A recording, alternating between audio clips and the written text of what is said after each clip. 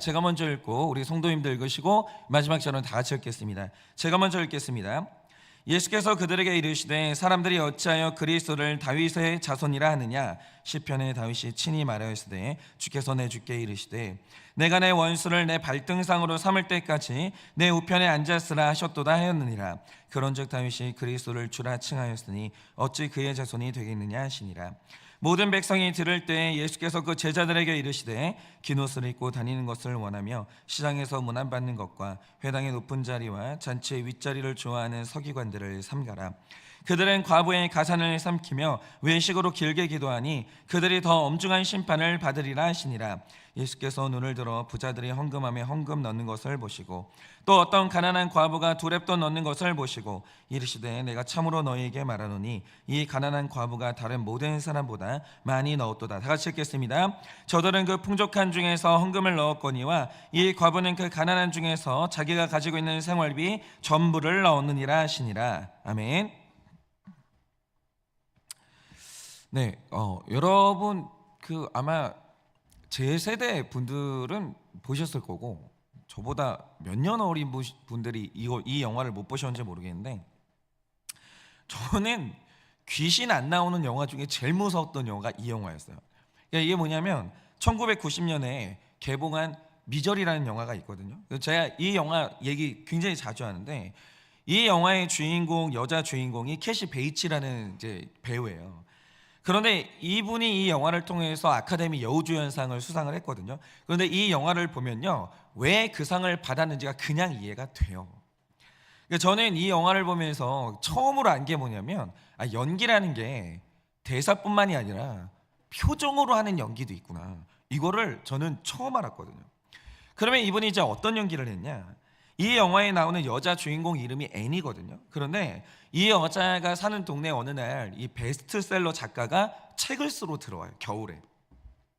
그런데 이 눈길 운전을 잘못하는 바람에 사고가 났는데 이 남자가 기절하는 사이에 애니라는 여자가 이 사람을 집으로 데리고 가서 치료를 해주는 거예요. 그런데 제가 너무 감탄하면서 봤던 연기가 그런 거예요. 이 여성이 남자를 치료해 줄 때요, 얼굴이 천사예요. 진짜 표정 연기를 너무 잘해요. 너무너무 천사예요. 헌신적으로 치료를 해주는 거예요. 그러니까 이 초반에, 원래 이 영화의 초반을 보면요, 이 영화가 무슨 내용인지를 몰라요. 너무 헌신적인 여자가 나오니까. 그래서 초반에는 이 여자가 굉장히 친절한 간호사인가 보다, 되게 좋은 역할인가 보다, 이렇게 생각을 하거든요. 근데 시간이 지나갈수록 이 남자가 좀 이상한 낌새를 알았죠. 그러면서 이제 나중에 하는 게 뭐냐면 이제 좀 내가 몸이 나았으니까 저는 집에 갈래요, 이래요. 그러자 이 말을 듣고 이 여성이 하는 행동이 뭐냐, 남자를 묶어놓은 다음에 도망가지 못하도록 다리를 부러뜨려요, 망치를 가지고. 진짜 엄청 장면이 무서워요. 그런데 이 장면에서 표정이 싹 변해요. 진짜 그런 사람인가 싶을 정도로 완전히 인자하고 천사 같은 얼굴에서 표정이 싹 바뀌어요. 그러니까 그 표정을 보면 어떤 생각이 정말 드냐면 이 여자는 진짜 마음 먹으면 사람 죽일 수 있겠다, 이 표정으로 싹 변해요. 연기를 정말 기가 막히게 하는 거예요. 그런데 또 사람 다리를 부러뜨린 다음에 하는 행동이 뭐냐, 표정이 또 바뀌어요. 너무너무 미안해하고 안타까워하고 이 사람이 아파하는 거에 나도 아파하는 거예요. 그러면서 얼마나 아프냐고, 왜 그런 말을 했냐고, 그러면서 다리에 붕대를 감아주고 지극정성으로 또 보살펴줘요. 그러니까 제가 이 영화를 처음 봤던 게 이제 중학생 때 같은데, 처음에 이 영화를 볼 때는 그런 생각을 했었어요. 이거는 영화적인 설정이지 이런 사람이 실제로 존재할 리가 없다, 그런 생각을 했거든요. 그런데 나중에 알고 깜짝 놀란 사실이 뭐냐면 이게 실제로 존재하는 캐릭터를 바탕으로 구성한 인물이라는 거예요. 그러니까 이게 지금 뮌하우젠 증후군이라는 건데 실제로 존재하는 증상이에요.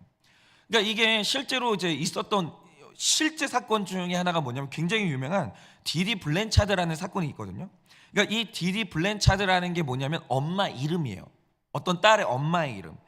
그러나 이 사람이 딸한테 어릴 때부터 주입한 게 뭐냐면 너는 이런 질병이 있기 때문에 평생 엄마가 챙겨주는 약을 먹어야 돼. 안 그러면 너는 죽어. 그리고 너는 다리를 쓸 수 없는 사람이기 때문에 휠체어에 앉아서 지내야 돼. 네가 일어서면 고관절이 부러지거나 다리가 부러지니까 그런 생각은 하면 안 돼. 잘 엄마가 주는 휠체어에 앉아서 지내. 이러는 거예요. 그리고 이 엄마가 너무너무 헌신적으로 이 딸을 보살펴 주는 거죠. 그런데 나중에 시간이 지나고 알고 보니까 이 딸이 정상이었던 거예요. 이게 영화 아닙니다. 실제로 있었던 일이에요. 이 딸이 정상이었어요. 이게 아마 영화로도 나왔던 것 같은데, 그러니까 이 엄마가 그러니까 완전히 정상인 애를 속여가지고 아픈 애로 이제 가스라이팅을 한 다음에 지극정성으로 이제 보살피고 딸에게 매일 그 말을 듣는 거예요. 엄마 고마워요. 엄마는 나의 은인이에요. 엄마가 없었으면 나는 죽었을 거예요. 그리고 이웃들에게도 칭찬이 자자한 거죠. 저런 엄마가 없다고. 이런 말을 듣고 사는 거예요. 그런데 제가 이제 이런 말씀을 드리면 저건 너무 극단적인 사례다, 나하고는 상관이 없는 얘기다라고 하잖아요. 그렇지 않아요. 사람이 구속사를 모르잖아요. 대부분 하는 행동이 뭐냐면 이 뮌하우젠 증후군으로 가는 거예요. 본인만 몰라요. 그러면 이 사람들이 이렇게까지 행동하는 이유가 뭐냐? 이제 자존감이 일단 낮죠. 그리고 내가 숨기고 싶은 내 속에 이제 추악한 뭔가가 있는 거예요. 그러니까 이거를 해결하는 방식이 뭐냐? 사람들을 헌신적으로 돌보면서 내 존재 이유를 찾는 거예요. 그래, 나는 쓸만한 사람이야. 나는 굉장히 중요한 사람이야. 나는 없으면 안 되는 사람이야. 이걸 계속 확인을 해요. 그리고 사람들한테 칭찬을 듣고 싶은 거예요. 그러니까 착한 게 악한 거예요. 예수 없이 착한 게 있잖아요. 세상에서 제일 악한 거예요. 그걸 몰라요, 사람들이. 그러나 이게 이제 점점 심해지면 어떤 행동까지 하냐? 키우는 강아지의 다리를 일부러 부러뜨린 다음에 지극정성으로 돌보면서 그런 나를 사람들에게 보여주는 거예요. 나는 너무 강아지를 사랑한다는 거죠.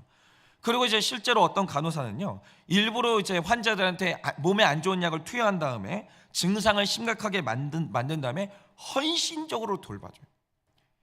그러면서 이런 얘기를 듣는 거죠. 저 사람이 우리 시대의 나이팅게일이라고. 근데 알고 보니까 이것도 실제로 있었던 일인데 이 간호사가 사람들을 아프게 만들었던 거예요. 그러니까 부모님들도 보면 그래요. 애 멀쩡하거든요. 애가 멀쩡해요. 혼자서도 얼마든지 잘할 수 있는 아이예요. 그런데 그냥 엄마가 얘는 저 없으면 못 살아요. 얘는 저 없으면 아무것도 못해요. 그러니까 정말 자기를 잘 보셔야 돼요. 애를 나 없으면 아무것도 못하는 애를 무의식 중에 만들어요. 그러면서 이 아이가 나한테 기대게 만드는 거예요. 그리고 필요하지도 않은 역할을 하면서 헌신적으로 사람을 돌봐요. 근데 말로는 그러죠. 너무 고생이야. 너무 힘들어. 그렇게 얘기하지만 사실은 아주 깊은 내면 속에 즐겨요. 그러니까 내 인생에 내가 돌봐야 되는 아픈 사람 하나는 있어야 되는 거예요. 왜냐? 그 사람을 위한 게 아니에요. 나를 위한 거예요. 그러면서 자신이 굉장히 중요한 사람이라는 느낌을 받고 자기 열등감을 치유하는 거죠. 그러니까 목사가 이게 치유가 안 되면 굉장히 문제가 돼요. 교회를 나 없으면 안 되는 교회를 만드는 거예요. 그래, 내가 나서지 않으면 아무것도 해결되지 않아. 나 없으면 아무것도 안 돼. 그러니까 예전에 그 응답하라 1988에 나오는 이 정봉이 엄마가 약간 이런 거 느껴요. 나 없을 때 사람들이 힘들었으면 좋겠는데, 내가 없으면 안 되는 존재였으면 좋겠는데 사람들은 이걸 다 느끼기를 원해요. 다. 이런 게 다 이제 열등감이 원인인데, 저는 그런 생각을 해요. 이 세상에 어떤 사람도 자신이 이상적으로 생각하는 내 모습만큼 그렇게 살아가는 사람은 아무도 없어요. 저 목사잖아요. 제가 생각하는 이상적인 목사 상이 있거든요. 그럼 제가 그렇게 살아가냐? 안 돼요. 엄마들도 그렇죠. 그러니까 엄마들이 처음에 이제 아이를 낳아서 기르잖아요. 제일 많이 느끼는 감정이 죄책감이에요. 내가 이제 훌륭한 엄마가 되기를 원하거든요. 근데 아이가 태어나잖아요. 안 되는 거예요. 때로는 애가 귀찮고, 애가 울고 있는데 에너지가 안 나는 거예요. 그럼 때로는 울고 있는 아이를 방치하기도 해요. 안 되는 거예요. 그럼 어떻게 되냐? 엄마들이 제일 시달리는 감정이 뭐냐면 그 죄책감이에요. 그러니까 사람이라면 누구나 다 이상적인 자기 모습에 도달하지 못하는 찌질한 내 모습, 실패한 내가 있는 거예요. 그런 게 없는 사람은 아무도 없어요. 아무도 없어요. 다 있어요, 그런 게. 그러니까 저도 이상적으로 생각하는 제 외모가 있어요. 그런데 거울을 딱 보고 있으면 너무 좌절감이 드는 거예요. 이게 뭔가, 왜 오징어가 한 마리 있나, 왜 사람은 없나. 지적인 부분도 그렇죠. 어떤 목사님이든 그렇지만 저도 제가 원하는 지적인 수준이 있어요. 말투도 지금도 진짜 너무 마음에 안 들어요. 진짜 지적인 말투였으면 좋겠어요. 사랑하는 성도 여러분, 오늘 어떠시나요? 막 이러면서 왜 나는 입만 열면 자꾸 감정이 섞여 나온지 모르겠다라는 거죠. 근데 저는 이제 집중력이 짧고 성실함이 좀 떨어지기 때문에 제가 원하는 지적 수준을 전혀 갖추지를 못한 거예요. 그게 마음에 안 들죠. 내가 나를 아니까. 그런데 여기에서 가장 큰 문제가 뭐냐, 우리에게는 하나님이 정해놓으신 거룩의 기준이 있어요. 이걸 율법이라고 하는데, 이 율법이라는 선하다라는 기준에 도달한 사람이 한 사람이라도 있냐, 이거 바라지도 않아요. 근처까지라도 갈 사람이 있냐라고 하면 그런 사람은 한 명도 없어요. 한 명도. 율법을 진지하게 알잖아요. 내 수준을 알게 된 거예요. 땅바닥에 있어요. 그러니까 로마서 3장 23절을 보면 모든 사람이라고 해요. 그러니까 대부분의 사람이라고 얘기를 안 해요. 성경에 이런 구절을 잘 봐야 되는 거예요. 모든 사람이 죄를 범하였음에 하나님의 영광에 이르지 못했다, 이렇게 기록해요. 모든 사람이. 그러니까 저는 사람이 교양 있는 척을 하고, 그러니까 성경이 진리거든요. 내가 성경을 읽는 게 아니에요. 성경이 나를 읽는 거예요. 그래서 어떤 분들이 굉장히 교양 있는 척을 하고 선한 척을 하고 굉장히 자기는 완전 무결한 척을 할 때마다 전 되게 안타까워요. 얼마나 힘들까? 모든 사람이 죄를 범하였음에 하나님의 영광에 이르지 못하는데 마치 자기는 그런 사람인 것처럼 연기를 하고 있어야 되니 저거는 또 얼마나 힘들까? 저는 그게 늘 안쓰러워요. 그러니까 이게 제일 큰 문제인 게 뭐냐면, 사람의 외모가 이상적인 기준에 못 미칠 수 있죠. 그럴 수 있어요. 지적인 수준이 자기 이상적인 기준에 못 미칠 수 있죠. 그런데 정말 문제가 되는 건 뭐냐면, 인간으로 태어난 존재 중에 하나님의 선함에 이른 존재는 한 명도 없다라는 거예요. 한 명도. 그래서 우리는 누구나 다 내 안에 죄인된 내가 있는 거예요. 다 죄인이에요. 자기가 자기를 모르는 사람이 있을 뿐이지 사람은 다 죄인이에요. 다 자기를 모르는 거예요. 그러면 이제 중요한 건 이거예요. 자, 내 안에 열등감이 있죠. 아무도 모르는 나의 비밀이 있죠. 추함이 있죠. 죄가 있죠. 그러면 이거 어떻게 처리할 거냐, 이걸. 있다고요. 없지 않아요. 없을 수가 없어요. 그럼 중요한 게 뭐냐, 이거를 어떻게 처리할 건데요. 그러네 이때 사람이 이걸 처리하는 가장 미련한 방식이 뭐냐면, 내 안에 분명히 존재하는 죄인을 사람의 평가, 칭찬을 통해서 잊어보려고 하는 거예요. 그게 바로 인정 중독이에요. 바로 그게 인정 중독이에요. 그러니까 인정 중독에 빠진 사람들은 대부분 다 열등감이 어마어마하게 심한 거예요. 그러니까 어떻게든 인정을 받아서 내 안에 존재하고 있는 마음에 안 드는 나를 해결해 보려고 하는 거예요. 그러니까 예전에 온 나라가 이 조주빈이라는 20대 청년 때문에 충격을 받은 적이 있었거든요. 그런데 우리가 이 청년에 대한 사연이 밝혀지면서 굉장히 놀랐던 두 가지 사실이 있었는데, 하나는 이 청년이 저질렀던 범죄의 내용이 너무 잔혹하다는 것이었고, 또 하나는 이 청년의 평소의 모습이 너무 평범하다는 게 놀란 거예요. 심지어는 선했어요. 그러니까 이 청년의 행적을 보면 학교를 다닐 때 학교 신문에 글을 기고하는 기자 역할이었거든요. 그런데 그 글의 내용이 뭐였냐, 학교는 학생들의 안전에 대해서 더 신경을 써야만 한다, 이런 글을 이 학생이 썼다고요. 사람 안전을 걱정해요, 범죄자가. 그리고 때로는 장애인 시설에 가가지고 봉사까지 하는 거예요. 그런데 그렇게 칭찬받던 학생이 안 보이는 곳에서는 미성년자들을 협박한 다음에 성착취를 해가지고 돈 버는 도구로 이용을 한 거예요. 근데 내용이 너무 잔혹해요. 내용이. 그러니까 그 어떤 심리학자 말을 들어보니까 이 친구는 사이코패스가 아니라는 거예요. 아니고 어린 여학생들을 학대할 때 자기를 설득하는 거예요. 이건 인형이 아니야. 그러니까 사람이 아니야, 인형이야. 스스로 설득했을 가능성이 있다라고 하더라고요. 그러니까 이런 거죠. 이 청년도 스스로 말하길 자기는 죄책감을 느낄 줄 아는 평범한 인간이라는 거예요. 나 사이코패스 아니라는 거예요. 근데 사실이 맞아요. 그러니까 자기 안에도 자기 죄가 있다는 걸 알아요. 안 끊어지는 욕망이 있는 거예요. 그게 사람은 다 있어요.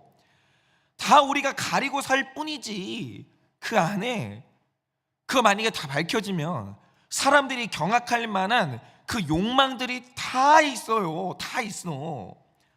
그런데 이걸 처리해야 될 거 아니에요. 어떻게 처리할 거예요? 그 방법 중에 하나가 뭐냐? 회개가 아니라 사람들한테 듣는 칭찬으로 이거를 해결해 보려고 하는 거예요. 사람들한테 칭찬 들으면서 없는 것처럼 살고 싶은 거예요. 여러분 오늘 말씀의 서기관들을 보세요. 이 사람들이 눈에 띄는 옷을 입어요. 이거 자체가 아픈 거예요. 그러니까 모르는 거예요. 자기가 얼마나 아픈지를. 찾고 있잖아요. 눈에 띄는 옷을 입어요. 근데 그 옷이 뭐냐? 거룩해 보이는 옷을 자꾸 입어요. 그러니까 이 교회가 너무 허례허식이 많아진 거 있잖아요. 그 교회가 변질된다는 위험한 신호예요.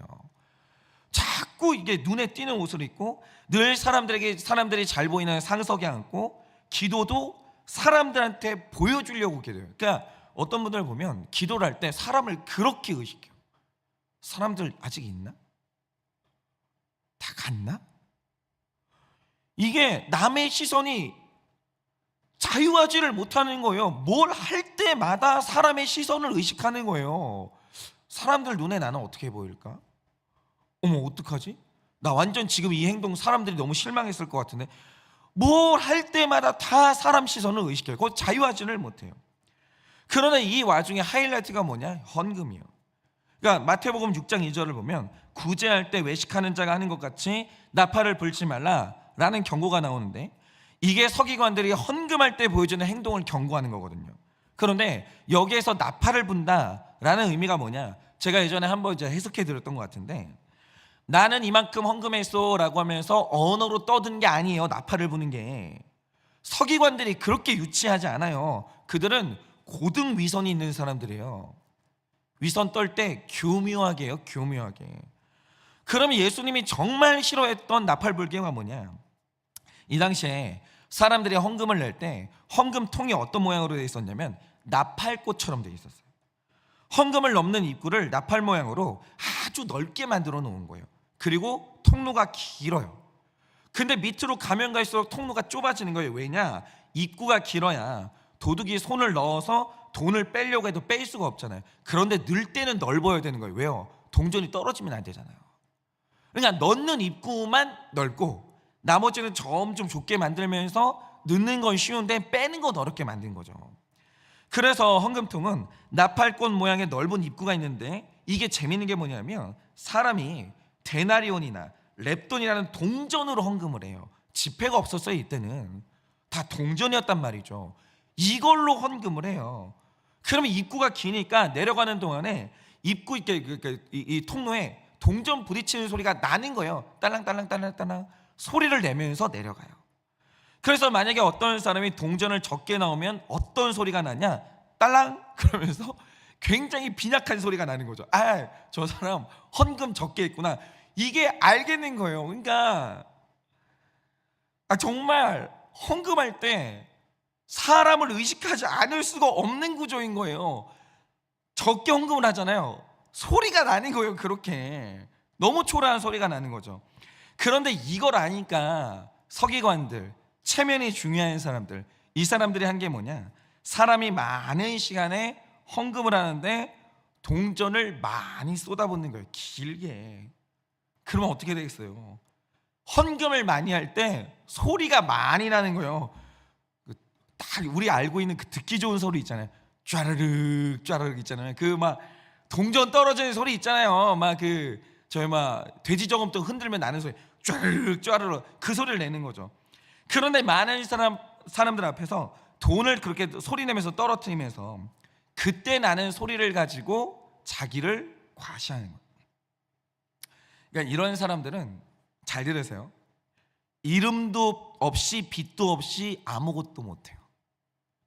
그렇게는 못 살아요. 그러니까 안 보는 데서 사람이 열심히 한다? 이런 사람들의 특징이 뭐냐면 사람이 안 보면 그렇게 게을러요. 완전히 퍼져 있어요. 그러니까 이런 사람들이 열심히 뛰고 막 뭔가 열정을 낼 때는 필경 언제냐? 누가 보고 있을 때. 이게 안 되는 거예요. 이게 뭐냐? 나팔 부는 거예요. 이게 나팔 부는 거예요. 그 예수님이 이거를 나팔을 분다 이렇게 표현을 하신 거죠. 그런데 서기관들이, 그래 뮌하우젠 증후군을 가진 사람들이 왜 이렇게 행동을 할까요? 이 사람들이 말씀을 연구하는 사람들이에요. 그런데 말씀을 연구하다 보면 말씀대로 살지 못하는 죄인된 나를 더 선명하게 발견하게 될 거 아니에요. 그런데 이 사람들이 그러면 이 고통을 어떻게 해결하냐? 사람들한테 듣는 칭찬으로 내 안에 죄인을 덮어보는 거예요. 덮어보는 거예요. 하나도 변하지 않아요. 삶의 습관을 하나도 고치지 않아요. 아무것도 변하지 않아요. 그냥 사람들 앞에서 열심히 보여주는 거예요. 나를 보여주는 거죠. 사람들이 한 번씩 칭찬을 할 거 아니에요. 그걸로 나를 덮는 거죠. 내 안에 있는 죄인을 잊어보는 거죠. 그러다가 이들이 그 칭찬이 많아지면 자기 본성을 잊어버리는 거예요. 그래서 저는 칭찬이 고래를 춤추게 한다고 하는데, 근데 이 칭찬이 객관적이어야 되는 거 아닌가 그런 생각이 들어요. 칭찬이 고래만한 죄를 숨기는 거 아닌가. 이게 저의 딜레마예요. 칭찬의 객관성. 저는 이게 되게 중요하다고 생각하거든요. 그러니까 사람들이 계속 이렇게 칭찬을 해주니까, 그래 나는 착하지, 나는 존경스러운 사람이지, 나는 헌신적인 사람이지, 이렇게 사람들의 칭찬에 내가 설득이 되는 거예요. 그리고 어느 날 자기가 진짜 그런 사람이라고 믿어버리는 거예요. 그런데 문제는 인정 중독이 실제 존재하거든요. 그래서 같은 칭찬이라도 2번 듣다 보면 식상해지니까 더 많은 칭찬을 들으려고 어떻게든 발버둥을 치게 되는데, 내가 원하는 만큼의 칭찬을 듣지 못한다? 그 사람이 탈진으로 들어가요. 열정이 안 생겨요. 그러니까 칭찬을 못 듣고는 아무것도 할 동기가 안 나는 거예요. 그래서 어느 날 내가 있는 공간에서 내가 칭찬을 듣는 게 어려워진다? 그럼 거기에 대한 애정이 싹 식어버리는 거예요. 동기가 안 생기거든요. 열정이 안 생겨요. 그러니까 이제 나중에는 이제 더 많은 이제 중독 물질을 원하니까 이제 다른 걸 하기 시작하는 거예요. 뭐 또 이렇게 발굴하기 시작하는 거예요. 칭찬 들을 만한 뭔가를 발굴하거나, 아니면 내가 여기서 내 정체가 드러나서 나는 이제 여기서 칭찬받기 글렀다, 그럼 떠나는 거예요. 새로운 곳에서 다시 시작하는 거죠. 이게 완전 무서워요. 완전 무서워. 그러면서 어떻게든 그냥 막 상석을 탐하고 거룩해 보이도록 소매가 긴 옷도 입어보고 시끄러운 소리를 내면서 헌금통에 동전을 붓기도 하고 이거를 막 애를 쓰는 거죠. 막 애를 쓰는 거예요. 그냥 상상만 해도 그 인생이 얼마나 피곤할까 싶어요. 얼마나 피곤할까 진짜. 그런데 문제는 뭐냐? 내 죄가 사람의 칭찬을 듣는다고 해결되지 않는다라는 거예요. 그게 문제예요. 칭찬이 죄를 해결하지를 못해요. 여러분, 사람의 칭찬이 내 기분을 좋게 하는 힘이 있는 거는 맞아요. 맞죠. 그러나 사람의 칭찬 안에 죄를 깨끗하게 하는 힘이 없다라는 거예요. 거룩이 나를 깨끗하게 하지 칭찬이 나를 깨끗하게 하지 않아요. 내 기분이 좋아지는 것과 내 죄가 깨끗해지는 건 아무 상관이 없어요. 분명히 칭찬은 인간관계를 좋게 해주는 게 맞아요. 그러나 하나님과의 관계는 인간의 칭찬으로 해결되는 게 아니라는 거예요. 사람의 칭찬과 평가에 목매는 구조 있잖아요. 빨리 벗어나야 돼요. 그거는 진짜 빨리 벗어나야 돼요. 안 그러면 그 병이 더 깊어져요. 더 깊어져. 그러니까 이 문제의 중요한 건 뭐냐면, 우리는 하나님의 칭찬을 받아야 되는 거예요. 그거는 거룩밖에 없어요. 죄송한데 거룩한 삶이 없으면 하나님의 칭찬을 못 받는 거예요. 그러면 이 죄의 문제를 놓고 어떻게 하나님의 칭찬을 받을 수 있겠냐 이거죠. 바로 이게 두 렙돈의 돈을 넣은 과부에게서 볼 수 있는 거예요. 오늘 여기 있는 모든 사람 중에 예수님 칭찬받은 유일한 사람이 있잖아요. 그게 누구냐? 과부예요. 이거 너무 중요한 장면 아니에요? 너무 중요한 장면 아닙니까? 여러분, 오늘 과부가 예수님께 칭찬받았어요. 왜 받았냐 이거죠. 여러분, 가난한 사람이 헌금해서 칭찬받았다? 절대로 아니에요. 아니, 부자의 헌금은 값어치가 없는 헌금이에요? 아니거든요. 부자의 헌금만 헌신적인 헌금이에요. 그러니까 자꾸 있잖아요, 가난한 자를 선한 사람 프레임 씌우는 거 좋지 않아요. 부자는 나쁜 사람 이런 식으로 보는 옳고 그름의 시각이 있잖아요. 되게 안 좋아요.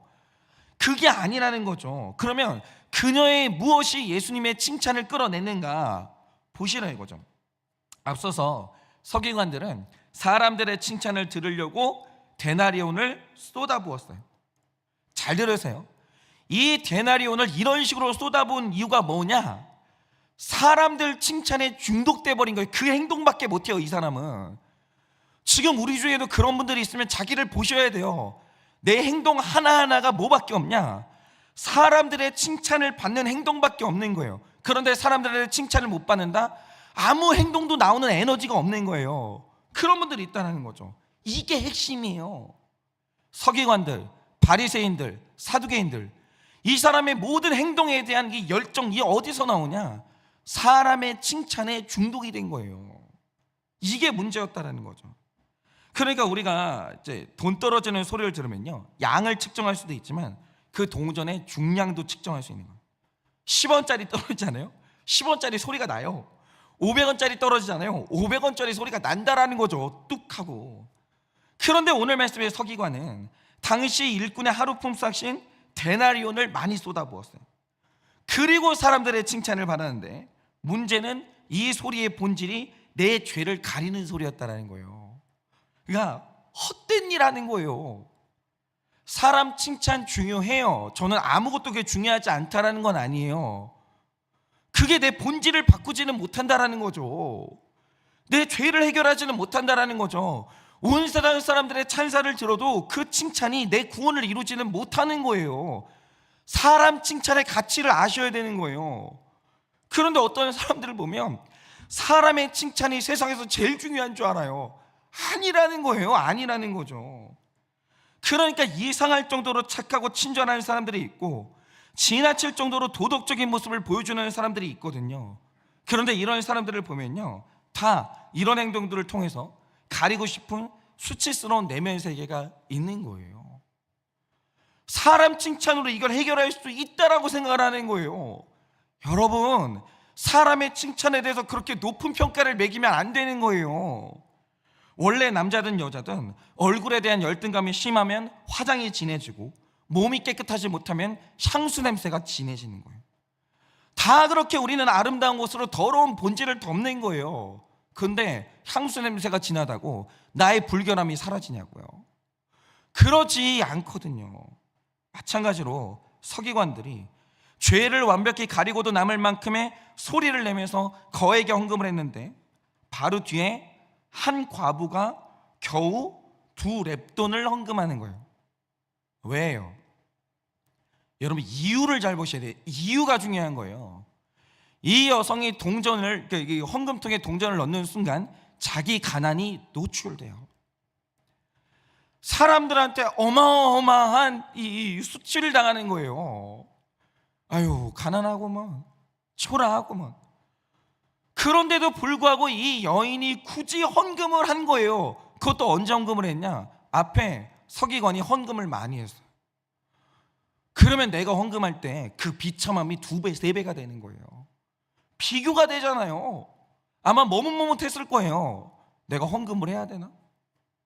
안 하는 게 낫지 않나? 정말 그 수치를 피하고 싶었을 거예요. 어쩌면 서기관이 머리를 쓰는 사람들이잖아요. 의도적으로 했지는 않았을까요? 뒤에 보니까 이 과부가 있어. 내가 지금 이 타이밍에 헌금하면 완전히 비교가 되면서 내가 두드러지겠지. 그러지 않았을까요? 그 함정에 빠져서 이 여인이 많이 헌금한 사람 뒤에 헌금을 해야 되는 거예요. 얼마나 수치스럽겠어요. 얼마나. 근데 굉장히 오랜 시간 아마 고민하고 그러다가 결국 헌금을 하는 거예요. 왜냐? 저는 이게 정말 중요하다고 생각하는데, 저는 이유는 이거 하나밖에 없다고 생각해요. 이 여인이 하나님 칭찬을 받고 싶었던 거예요. 그거 말고 이 헌금의 이유를 다르게 설명할 방법이 있냐? 없어요. 없어. 그건 진짜 없어요. 그러니까 제가 간증이 그래요. 그러니까 제가 사역을 하다 보면 이거는 아마 죽는 날까지 질문을 받을 것 같아요. 목사님, 죄 고백을 왜 해요? 정말 이 질문은 신선해. 7년 동안 늘 이 질문을 처음 하는 것처럼 질문하는 분들이 늘 나타나요. 꼭 그래요. 목사님, 죄 고백을 왜 해야 돼요? 간증을 왜 해야 돼요? 근데 이게 아주 신기한 게 뭐냐면 이런 게 있어요. 인정 중독이 있는 사람들은요, 제가 그거 다 분별해요. 성도님들도 다 알아요. 그냥 뭐냐면 내가 이제 예를 들어서 한일교회 구조 속에 들어와요. 그러면 인정 중독이 있는 사람은 무섭게 파악해요. 이 교회에서 인정받는 방법이 뭐냐? 가만히 보니까 이 죄 고백을 잘하면 사람들이 너무 칭찬을 해주는 거예요. 이거구나. 그래서 죄 고백을 하는 사람이 있어요.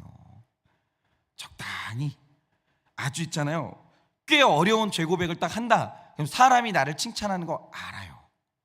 그래서 죄 고백하는 사람들 있죠. 근데 어떤 분들을 보면요, 이 죄가 안 끊어지는 거예요. 근데 고민하다가 이 죄를 끊는 유일한 방법은 수치를 당하는 것밖에 없다, 이거를 맞닥뜨린 분들이 있어요. 근데 정말 그래서 결국 내가 이 죄를 이기기 위해서 수치의 자리로 올라오시는 분들이 있어요. 그리고 정말 너무 가슴 아파하고 수치심을 느끼면서 펑펑 울면서 간증을 하시는 분들이 있다라는 거죠. 그런데 그 앞에는 이 간증을 듣고 있는 나보다 훨씬 괜찮은 사람들도 있고, 어린아이들도 있고, 사람들이 나를 어떻게 생각할까, 수많은 생각들이 들어요. 그럼에도 불구하고 나를 노출하면서 그렇게 내 수치를 오픈하시는 분들이 있다라는 거죠. 그럼 왜일까라고 하면 어김이 없어요. 이렇게까지 하시는 분들의 중심에는 마음의 소원이 딱 하나밖에 없는 거예요. 하나님께 칭찬 듣고 싶다. 나는 정말 내 문제를 해결하고 싶다. 그리고 사랑하는 내 주님과 나는 관계를 회복하고 싶다. 이거밖에 없는 거예요. 이게 소원이 되지 않는 한 이 과부의 헌금은 죽었다 깨어나도 못 들어요. 그럴 수 없는 거예요. 이 말씀의 핵심은 이거예요. 서기관들은 사람의 칭찬으로 내 문제가 해결될 수 있다고 생각하는데, 사람의 칭찬에 대해서 제일 높은 가치를 매기는 거예요. 이게 인본주의예요.